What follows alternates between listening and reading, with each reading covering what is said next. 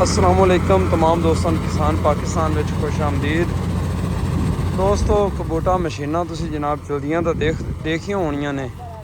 अज जनाब कबूटा मशीन नाल इत्थे कटाई हो रही है ते ये भाई होरी जड़ा ना पराली जड़ी है मगर यानी कि जड़ा बाकियात है इन्हू श्रैडर करा रहे हैं। श्रैडर तो मुराद के इन्हू जनाब कटा रहे हैं, पिछे जनाब टोटा कराइया ए मगर पराली श्रैडर हुई पई है ते मशीन जनाब हुण चलन लगी है ते पराली नूं श्रैडर कर रही। बाकी जनाब इस वीडियो के तवसल नाल सानूं ये भी दसदा चलना कि जिस तरह बड़ा चर्चे हैगे ने कि हाईब्रिड मुंजी जनाब 22 नंबर आए ने ते ये हो गया ते वो हो गया। तो ये जी मुंजी है ना ये जनाब फौरी कणकों के उत्तों फौरी लगी हुई है, बड़ी अगेती मुंजी लगी हुई है भी हाईब्रिड और माशाल्लाह तुसी देख सकते हो। ठीक है ना, तो यह देखो ठीक है ना जी, मतलब है भी जी मुंजी ज़्यादा अगेती लगी। बाकी दोस्तों मशीन नवी हैगी, नदेड़ा भी चंगा कर रही है तो काम भी सोहना कर रही है। बाकी जनाब हाईब्रिड मुंजी नूं वेखते जड़ा ना एक बार दिल खुश हो गया है भी जिथे हर पासे तबाही बोली है ना उत्थे जनाब इस मुंजी ने जनाब दिल राजी कर दिता है। ते ये जनाब आपां इत्थे भाई खड़े ने उन्हां तों पुछने हैं भी 20 किहड़ा है हाईब्रिड। ते माशाल्लाह तुसीं देख सकते हो कि सारी मुंजर ही माशाल्लाह ठीक ठाक है। इवें ही है ना। वालेकुम सलाम भाई गफार की हाल चाल है? शुक्र अल्लाह। वैसे ठीक है। हाँ जी। ये अपनी मुंजी केड़ी है जी, वैरायटी केड़ी है? LP 18 है जी। LP 18 hybrid. हाँ जी। आ मोटा चावल जी। ते ये जड़ा ना लोग कहंदे ने भी इस वारी बीज जड़ा गंदे आए ने ते दाई खराब हो गए ने, ते ये तो माशाल्लाह बिल्कुल ठीक है। बात जी मौसम का कोई फर्क पिया बिया मुआ तो नहीं रहा।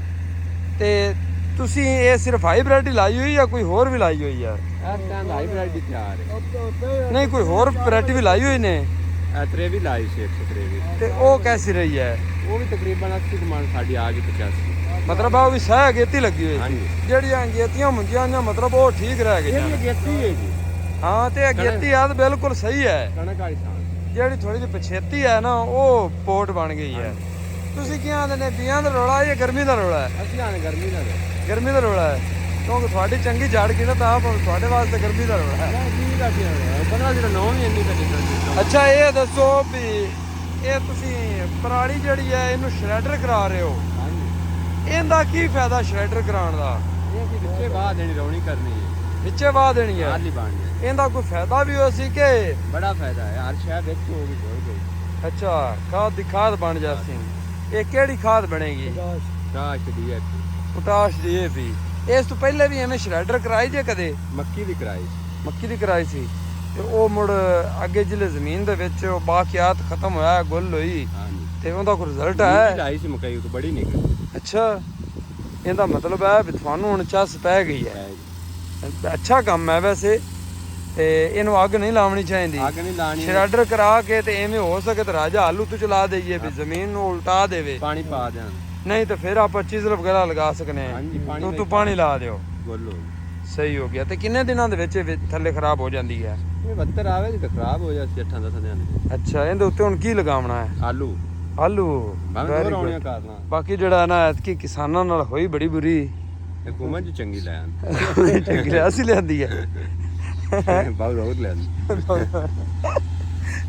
चलो गफार भाई बहुत शुक्रिया, मेहरबानी। तुसीं इन्नी को मालूमात दी है ते बाकी बड़ा अच्छा काम है यार ये जड़ा श्रैडिंग तुसीं करा रहे हो। ये मियां जुल्फकार दी मशीन है सवेरे साहब। हाँ आज ते मशीन भी नवी है ते रिजल्ट भी इहदा चंगा है।